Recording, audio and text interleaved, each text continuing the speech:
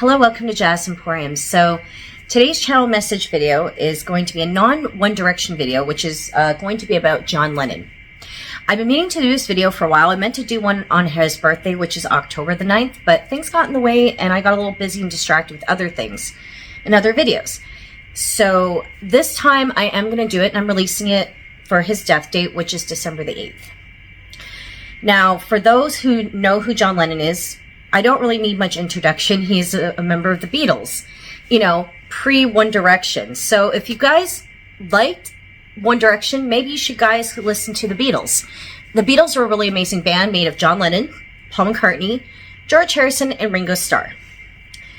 John Lennon, just like Liam Payne, because they're drawing me the parallels here.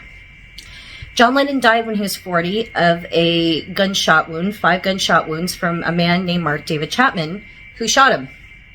An obsessed craze fan that thought John Lennon was a phony and decided to pew him. John Lennon, again, some people like John Lennon, his music, and his worldviews on life and how things were ran back then. And yes, just like everybody else, John Lennon had a very controversial past. He notes that, as before I channel him, that yes, there are some people that still bring up his bloody past, he says, and throw it back in his face.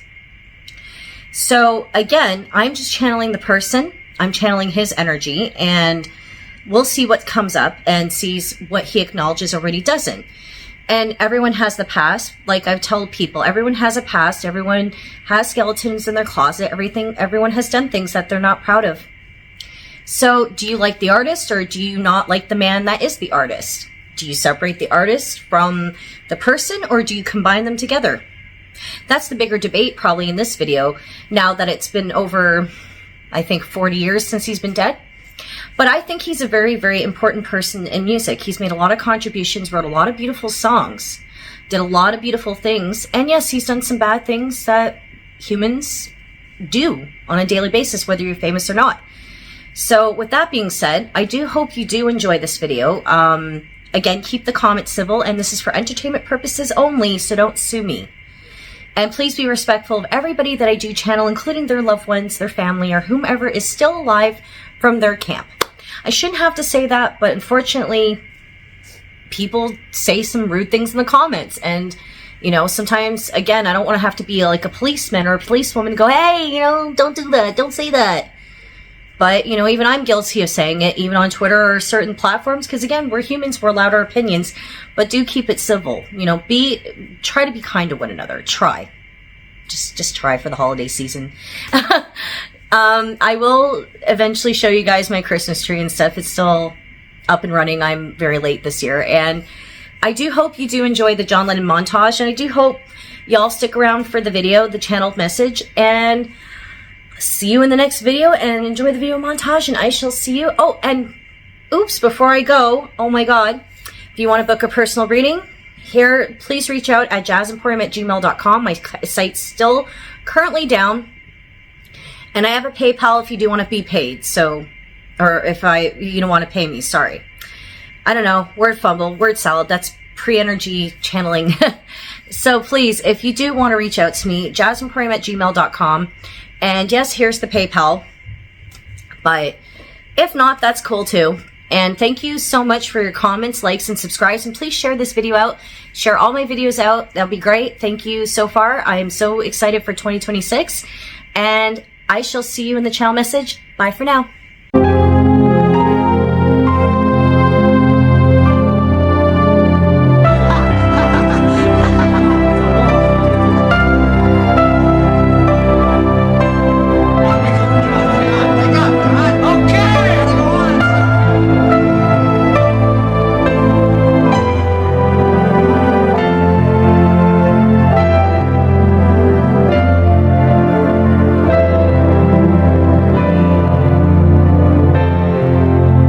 Hello, welcome to Jazz Emporium. So this is the John Lennon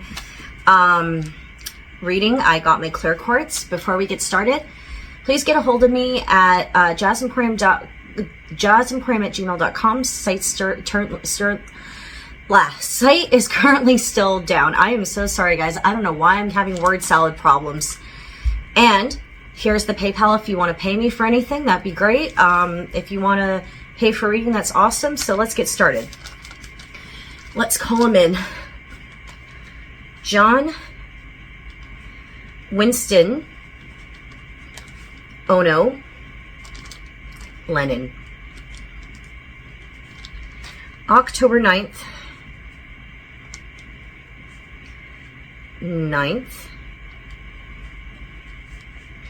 1940.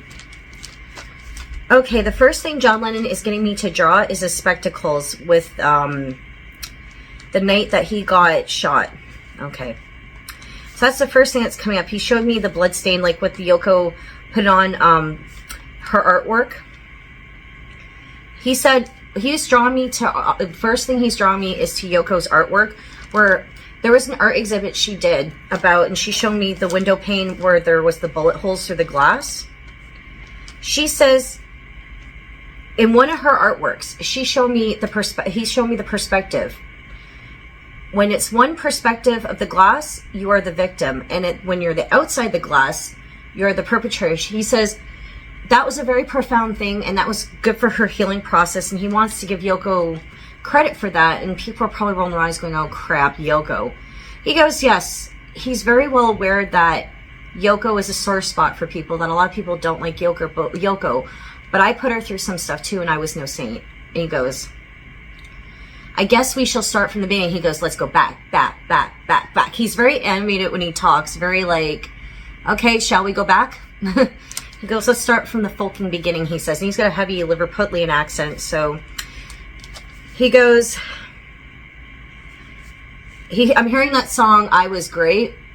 When I was younger, my mama said I was great. He goes, Ringo recorded that. He did a better version than I did, he said. And he goes, that was just a throwaway song I did. I just gave it to Ringo. And he says, he goes, when I was younger, he goes, back then, a lot of people were made from passions and throngs of, you know, the night times. My parents were probably, they were young teenagers. My father a bit older. He goes, my mom a bit younger. He said, I was made in the throngs of passion, but nobody was mature enough or old enough to take care of me. So he showed me a stick figure, because he does his little artwork, but he showed me a stick figure of mom and dad and little John, him. He says, my mom was only 15, my dad was a bit older, 17, 18. They weren't old enough to be fucking parents, he said. So what happened is, my Aunt Mimi stepped in. He goes, my Aunt Mimi stepped in, and she took care of me because for the factor that my mother, Julia, wasn't old enough to take care of me. And that caused a bit of dissension, because at first I was supposed to stay with Julia. I stayed with Julia for a little bit in my, like when I was 1 or 2 or 3 years old. But by the time I was like 5 years old, I had to make a choice between, do I stay with Julia, my mom, or do I go off with Alfred, my father? He's saying, and it's like, he showed me having to make a decision. Like at first I was going to go off with Alfred, but I chose to stay with my mom. But what ended up still happening was my mother was still not mature enough or old enough to take care of me. And back then, he goes, single moms, they were not in fashion. Like it was frowned upon. You're ashamed upon if you were a mother too early. So they thought it was more better in my interest, me being bounced around from home to home, family to family member, that I finally settled my roots with Aunt Mimi. She was very, very strict. It's funny, he goes, I've always felt for strong, independent women. And the contributors of that would be my mother, Julia's free spirit mixture of my Aunt Mimi's strict authoritarian. And he said, duly noted, I kind of like morphed my feminine energy as those two women, he says, to myself. Because there's a piece of me, it's wild, spontaneous, and carefree like my mother, always constantly joking, taking the piss out of everybody. But he said, but then I also had the strict controlling nature. And I'm also sensing borderline personality disorder, undiagnosed personality disorder, because of the fear of abandonment. Why do you think people become famous? He goes, because you don't receive enough love as a child. He says, you don't receive enough as a child, so you have to constantly seek outwards. Anybody with an abandonment wound, anybody with you know, a lot of, if you notice, a lot of, he goes, a lot of stars, pop stars and stuff seem to have a lot of wounds around that, where they're not acknowledged enough as children, so they have to go outward and seek it out elsewhere, outward. But it's a very dangerous thing, he says. And yes, I was a roughie when I was younger. I used to, he goes, I hated the institutions. He goes, even right from young at school, I was a bit anti-authoritative. I didn't want to listen to the teachers. I didn't want to be there in school. I knew what they were doing. They were trying to force me to be something I'm not. And then you have my Aunt Mimi, he goes, that was trying to push me to be brilliant, you know, because she didn't want to admit failure that she raised me, because I heard Aunt Mimi couldn't have kids. So I was like her child. Aunt Mimi couldn't bear children, so I was her pseudo-child. I was her child. She always acknowledged me as her son. I was her child. But she was also very, very critical and hard on me, to the point where even that rubbed off on me, he says. I was critical and hard and hot-tempered, and so was Aunt Mimi. She had to be both father, mother, and disciplinarian after her husband died. Because she had a husband, and then he died when I was younger. And then my mom got killed by a drunk driver when I was about 16, and this is why Paul McCartney and I, we bonded so well, he said. Because Paul and I, we lost our moms. He lost his mom at 16. I lost my mom around Julian Lennon, which, again, I'll get into that one in a minute. That's going to be interesting. That would be a blow your mind moment, he says, with a laugh or a drawl. He says, this is why Paul and I, we bonded so well. You know, in past lives, Paul and I, we were twins. In fact, all the Beatles brothers, we were brothers. It's like that with a lot of boy bands, he said, or a lot of bands. The Beatles and I, we were all brothers in a past life, and we all band together and stuff. I'm hearing Marksman brothers. So that could be a prevalent thing for their past life, Marksman brothers. But Paul and I, we were mirror twins in the past life. So we had that understanding and bond. Now, if you know anything about borderline, he says, because mine was undiagnosed, you tend to attach to one person, and everyone else kind of fades out a little bit, like not as intensely, but you intensely attach to one person, as I try to do with many people in life, because I was also attached to Stuart Sutcliffe until his death. And the sad part about my teenage years, or my early adult years, you had Stu die, Mum die, and my uncle die, all within a succession. All important people in my life that made a contribution. Stu, he got me into artwork when I was kicked out of the Liverpool Institute to go, like I went to the Liverpool Institute for the art, but I also got kicked out of the what's it called? The public school, the one that was supposed to be for more academics, because they didn't know what to do with me, because he goes, I wasn't fucking in it. Like, I didn't want to learn any of that stuff, so they put me into the art college. And that's where I met my first wife, Cynthia, and Stu. And Stu got me into artwork. They knew I was a bit of a rebel with my guitar. My Uncle George, that's his name, Uncle George, the one who passed, that was Mimi's husband, got me my harmonica and guitar. We were a middle-class family. We could afford these things. A lot of family members couldn't, but we could. That's why in a lot of the early Beatles tracks, that's why you hear me playing a harmonica, he said. It was for my Uncle George. And, you know, my guitar, you know, my mom taught me a bit of the ukulele and the guitar. For a while, I was only playing with 4 strings instead of 5, until they taught me to restring the guitar when you can get the guitar strings, he says. But if you want your children to play guitar, get them a ukulele first for them to understand and go around the fretboards. He goes, it makes it a little bit more easier, he says.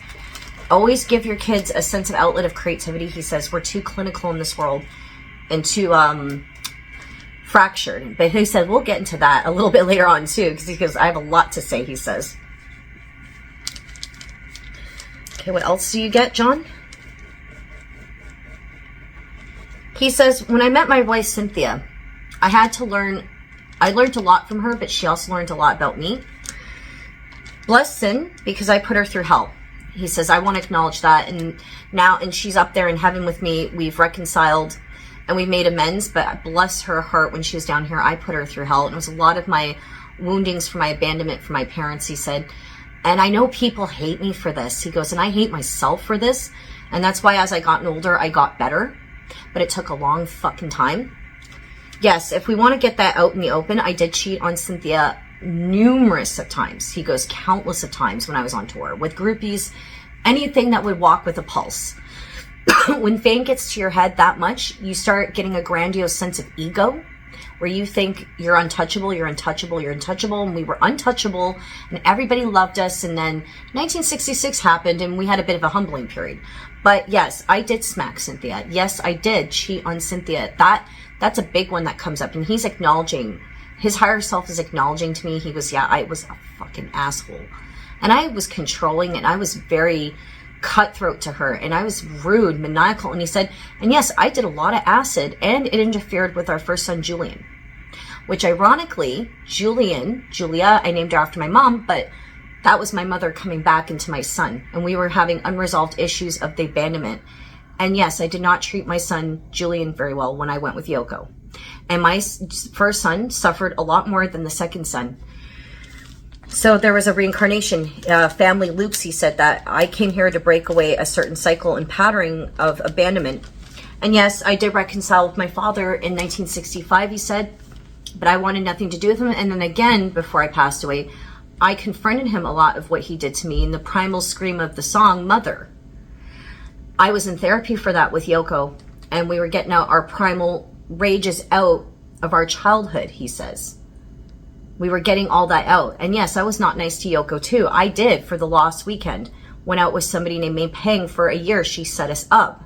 She told me to go deal with my crap because I was being inappropriate again with other various different women. And she had enough, unlike Cynthia, who's more passive, he goes. Yoko did not put up with it. And she kicked me out for a year. And I'm left all by myself going, oh my God. So Yoko, people may not like Yoko, but Yoko made me confront myself. And that's why I stayed with Yoko. She made me confront myself. A lot of people were, yes, dear, oh, yes, you're John Lennon. Yes. You know, they let me get away with all bunch of stuff. With Yoko, it was no. This is who you are. This is who we are. And this is what I will not put up with. I liked how strong and free-spirited she was. I loved how, you know, she could just look at me and understand things. And yes, she brought the little kid in me. And she wasn't all just strict and stern. She had her moments of laughing and gettingness, and very highly intelligent woman and very outspoken and opinionated. And I liked that about her, that she spoke her mind and she was not afraid to do so. She was very brave. And yes, she had a ruthless side to her, just like everybody else. She could be ruthless, maniacal, and downright bitchy sometimes. He said, well, what woman isn't? What woman isn't when you're in love with a woman? He goes, even some of the hardest women are the most rewarding women, he says, out there, because they challenge you and they get you to be better, he says. And that's why I chose her, and I love her so much. And I still love her to say, oh, Yoko, he says, I still love her. I still love her. And I probably would have stayed with her until I, was supposed to die, which was, an unfortunate thing. He goes that I had an early exit out in this lifetime. It was not planned. I was supposed to exit out in my fucking 80s, he says, and this bastard cut me out short, too short, he says. So back to the Beatles, what was fame like, John? He goes, I love the fact that I'm on, at the beginning, I love the fact that we were getting exposure. It was addicting. Like, we kept getting exposure. It was a thrilling thing. I got to see things and stuff like that, but I also hated the fucking hotel rooms. He goes, I hated the fact that they would put us in a little square room because nobody would leave us the fuck alone. It was depressing because we would be touring, interview, more touring, promotions, this. And after a while, why we stopped touring in 1966, because we all got fucking tired. He says, we all were burnt out by 1966. And then my dumb ass, he goes, decides to say we meant more to people than Jesus Christ, and meant as an offshoot sarcastic joke. People took it too fucking seriously, and everyone still takes things too fucking seriously these days, he says. Everybody is so sensitive, he said. I meant it as a sarcastic, tongue-in-cheek joke, and they took it and they burnt my records.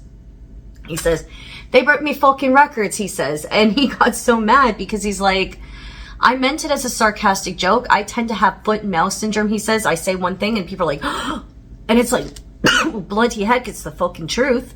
Deal with it. Fucking deal with it. But they're all like, clutch your pearls. And they all get like, they all get crazy, he says. And I don't mean it like that. But he says, sometimes people need a fucking reality check, he says. you know, and he just acknowledges that. We just all need to breathe, he says. We all just need to breathe, he says. And we don't. He says, our world is so fucking corrupted. He goes, I watch the world sometimes. Up in the clouds, he says, in a very whimsical, up in the clouds. He goes, y'all wonder why you don't get along because there's not enough peace in this fucking world. Y'all are making small little problems into big problems, he says, and not to preach to you all, he says. Not to preach to you all. He really wants to emphasize that. He goes, if 9/11 would have happened and if I was still alive, he said, I would have been down there putting on a concert benefit, or I would have been helping the people, volunteering, helping the people recover the bodies, he said. And luckily, hopefully I wouldn't have been in there, but he said I would have done a rally and I would have made money, and I would have made money for the victims, and I would have done more charitable work for 9/11. I would have done more. He goes, and same thing with the war on Taliban. He goes, you humans still don't learn. He says, you guys divide each other up so badly, whether it be race, gender, creed, culture. And he showed me a world. He goes, I wrote the song Imagine. Yes, I should have practiced what I preached a bit more, but there was a good message to that song, that we shouldn't be so divided, you know. And he goes, Yoko and I, we used to read a lot of different books about the world and socialism and different types of topics and stuff, because he goes, I was an avid reader and I was an avid drawer, he says. You know, I even read one about feminism and women, and how it made me sick how women throughout the years were treated, how we treated other different types of people because of their differences, how we still divide, and how we still think that we're better than the average human, and we sit there and we point a finger at each other, but we don't point one at ourselves, but we're always pointing at everybody else, he says. And he's very, like, his brow is very stern, like, very, like, he's a very avid thinker, like, you can tell by his brow, and he's kind of like sitting back and he's thinking and he's pondering. He's a very deep thinker, very controversial when he speaks, because I wouldn't be surprised if people are like, how dare you say this in this video? I'm channeling on him. He's on the right side of me, and he's telling me this stuff. He's telling me that people need to grow up more, and that people need to be unified more instead of just totally dissensioned right now, because that's what's wrong with this world. We're all sitting there picking at each other, but we're not seeing the bigger problems in the world that are occurring, and we're not focusing on the bigger problems and or fixing bigger problems. We're sitting there attacking one another, and it's a bigger distraction of what the world is actually doing to you and what you're doing to each other. He goes, love one another. As George Harrison, he goes, last words of George Harrison before I picked him up to put him in the afterlife is love one another. We don't do that enough. We don't scream for peace. And he goes, and I know you all are saying, how can you scream for peace when you're a fucking hypocrite, when you were violent towards more people? And yes, I was violent. When I was a drunk during the last weekend, I did smash some people up. He said, I did fucking punch people. I did. And I was a wounded person, and I was acknowledging that. My abandonment wounds made me a hostile person because I was afraid that everyone was going to leave me inevitably. So what's the point of being a good person when I'm just going to get left? And yes, my emotions, he goes, are like a toddler, an infantile toddler, he says. My emotional response was a toddler, and there's no fucking excuse for it. I owned up to it, and I healed through that. But my emotional responses at times is like a toddler, he says. I get very infantile when people are about to leave or go away or something. He acknowledges that too. That's why he had he's saying, I had very flippant emotions. I was flippant even with Paul when I started going off with Yoko. I ignored him because I was so in love with her, and I attached myself to her, he says. I was so in love with her that, yeah, after I was finished with the Beatles because I was bored, he goes, I felt like they weren't political enough, and they didn't want to be as political as me, or they had their own different interests, and we were growing apart. No, Yoko did not break up the fucking Beatles, and he showed me the mattress with her on it. Yes, Yoko was a very strong presence, but I wanted her there on that mattress. I wanted her there with me at all times. But that was part of my abandonment issues. I wanted her with me 24/7, 7 days a week. I had a control streak. Yes, and it wasn't just all her. Everyone says, oh, it's all Yoko's fault. It's my fucking fault, he says, for fuck's sakes. He goes, it was my fucking fault. I was crazy in love with her, he says. I was so in love with her, but I was also very attached to this woman. He's acknowledging that he was very attached to this woman, with him having his problems with his borderline. He's acknowledging that. It's not just Yoko. He had problems. Undiagnosed problems, he's saying. I had problems. But he also acknowledges that, yes, he could see now from a higher perspective since he's passed on why it irritated the other lads, because they were focused on, you know, majority of them, especially Paul, was focused on getting the records done, that he wanted to release more stuff out. We were all dragging our fucking heels, he said. George, we were not, and I feel bad. A lot of times George fell under our thumb and he wasn't acknowledged musically. And Ringo, he's like, what the fuck am I here? Am I even talented as these guys? He doubted his talents. And George, we overlooked George a lot. And George was peaking, he goes, very much peaking in his creativity. He was starting to become a very, very gifted writer. And he goes, out of all the Beatles, yes, George is a very exceptional talent. He raves about George Harrison. He's like, that man was bloody brilliant. He goes, he wrote, if I was stuck on a line, he would provide me with a line. I'd be like, damn, that's pretty good. And same thing with Paul. If Paul was stuck on a line, or anybody at the Beatles, because we're all very for collaborative. Near the ends, though, we were starting to write off and veer off and do our own things, and not as collaborative. But he goes, I feel bad, because that's why George ended up leaving, and then Yoko stealing his biscuit. That was like, I'm out of here, you know, no respect. You know, you don't respect me as an artist. You don't respect me with the music. You don't respect me with things I present to you. And the biscuit, I'm out of here. You know, I'm glad George walked, because there was one time we did get into a scuffle. We got into a scuffle over something, and the guy was so angry that he pounced my glasses right off my face. George was a very nice guy, he goes, but George had a temper, just like the rest of us. Don't let the whole Hare Krishna beads fool you, he says. And George's like, shut up, John. And they were sitting there laughing. I think George is in my background. I said, you're next after I channeled John Lennon in February. He goes, and Paul, I love Paul. Paul was the only one that understood me. He said, Paul understood me very deeply, my ups and downs. And Paul, in some cases, very passive, but he could also be very, very, very, very bossy, he says at times.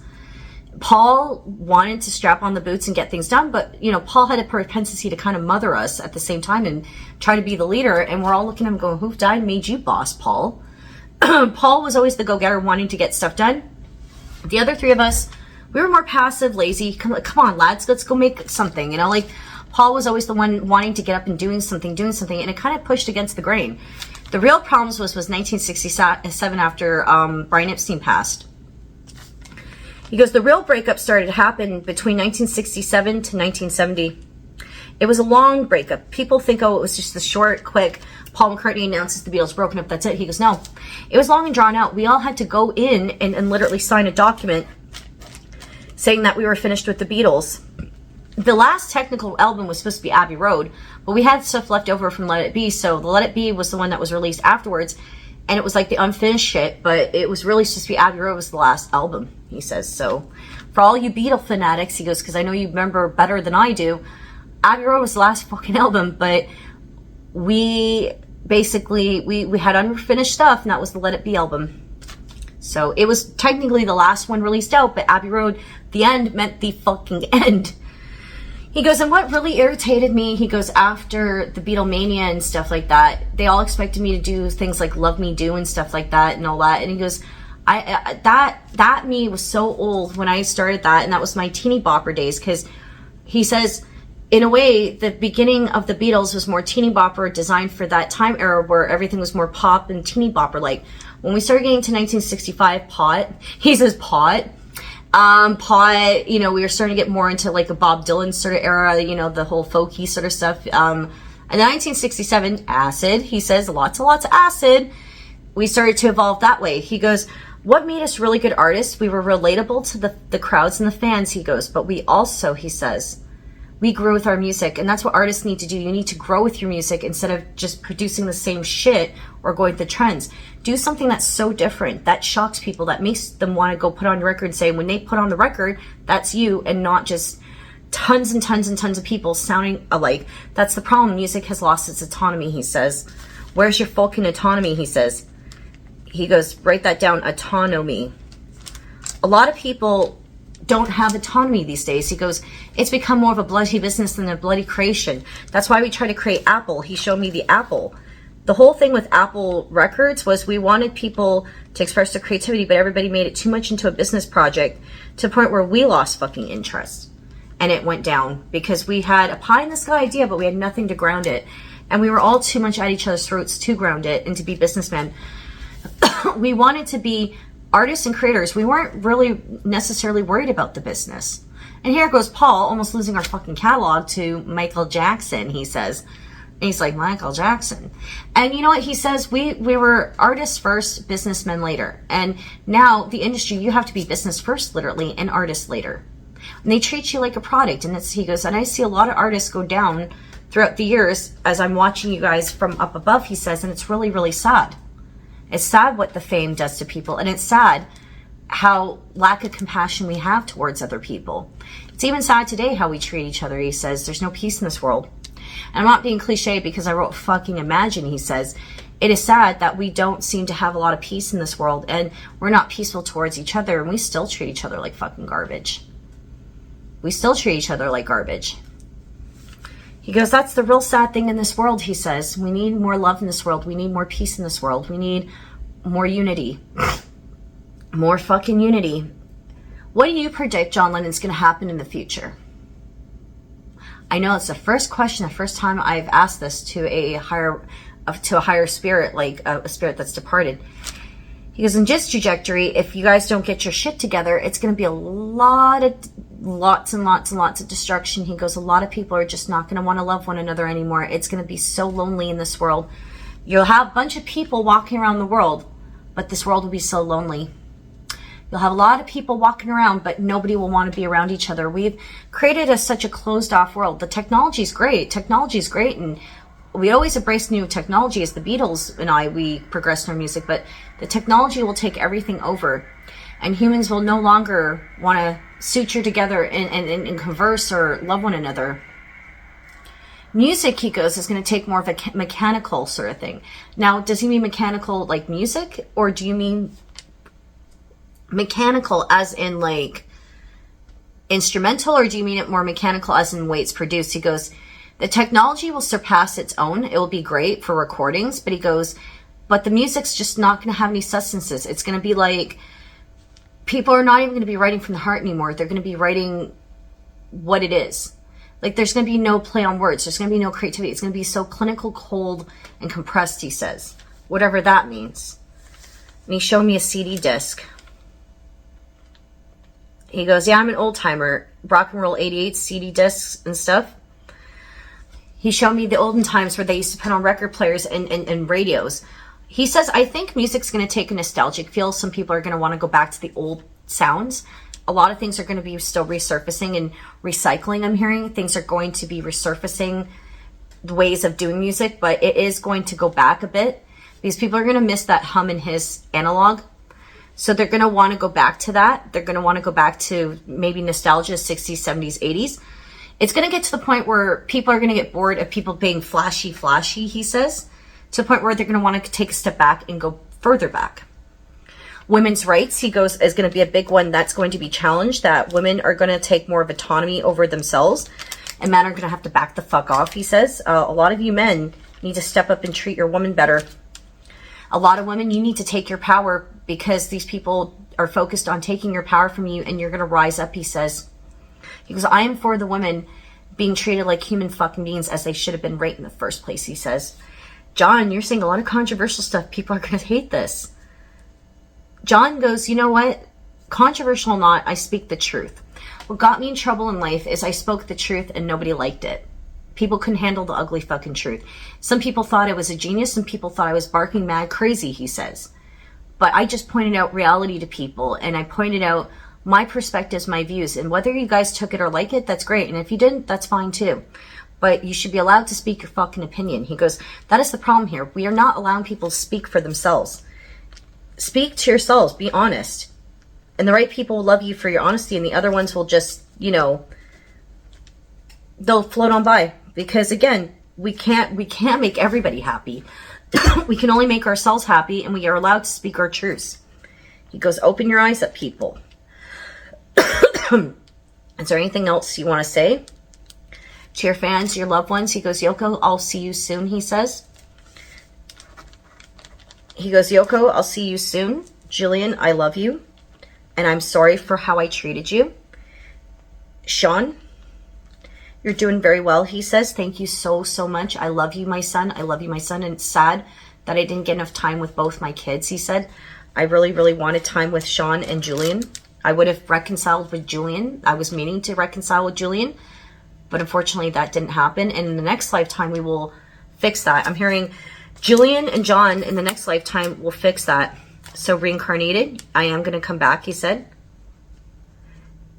I'm just waiting for my other son, Julian, to service out his life, and we will come back and we will deal with that. I'm hearing generations down the line. I don't know if Sean or Julian have kids. It's probably going to be a different family where they're going to have to work that out.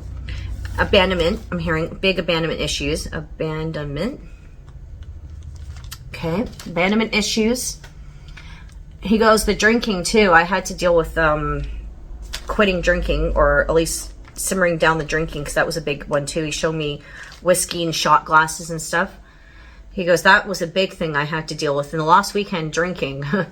I got in a lot of trouble. Collaborated with a lot of good artists, but I got in trouble. He said, I got a lot of trouble for that. Anything to Paul? Still going, eh, bugger? He's like, hey, Paulie, you're still going at it, huh? And the Ringo. He goes, George and I are doing fine. We loved what you did to Now and Then, our last track. He said, you guys did a good job. What a good way to sign off, he said, for the Beatles. He's also indicating to me that there's going to be something released further down the line with the Beatles, unreleased stuff. He goes, bloody fucking hell, you think it's the end of the Beatles and we have something more that they discover on us to go fucking release. And he goes, 100 years down the line when we're all fucking dead, he goes, there's still going to be shit released about us. So never worry, Beatles fans. We're always going to have more stuff to come from the vaults. I'm hearing Carnival of Lights or something. Ooh. I yet to hear that track. That's the 9-minute psychedelic track. I want to know what's on that track. Paul, Ringo, if you watch this video, release Carnival of Lights. I want to hear that fucking track, please. I want to know what's on it. Paul, please. Sorry, guys. For Beatle fans, that's one of the lost tracks that has not seen the light of day, and it's in Paul McCartney's vaults. I would love to know what the hell is on that track. It's like a 9-minute psychedelic trip. I'm just curious, okay? Any Beatles fan knows. I am just curious. But anyway, he goes, that's not going to see the fucking light of day, John. I'm saying, oh, please, John, that would be great. Come on, Now and Then can't be the last Beatle trick. There's got to be more. He goes, there's still more. He goes, sit tight, pretty much. Okay, so that's my John Lennon reading. I know it was a bit all over the place, and that went a lot longer than what I thought. So thank you so, so much. I do hope you enjoy it. I may do a part 2 of John Lennon because he had a lot of stuff to say. Talkative man, very poignant, very good man. And I know some people are like, you know, he wasn't. Yes, he was. Well, you know what? It is what it is, right? So thank you so much, and I hope you enjoyed this video, and bye for now. Peace out.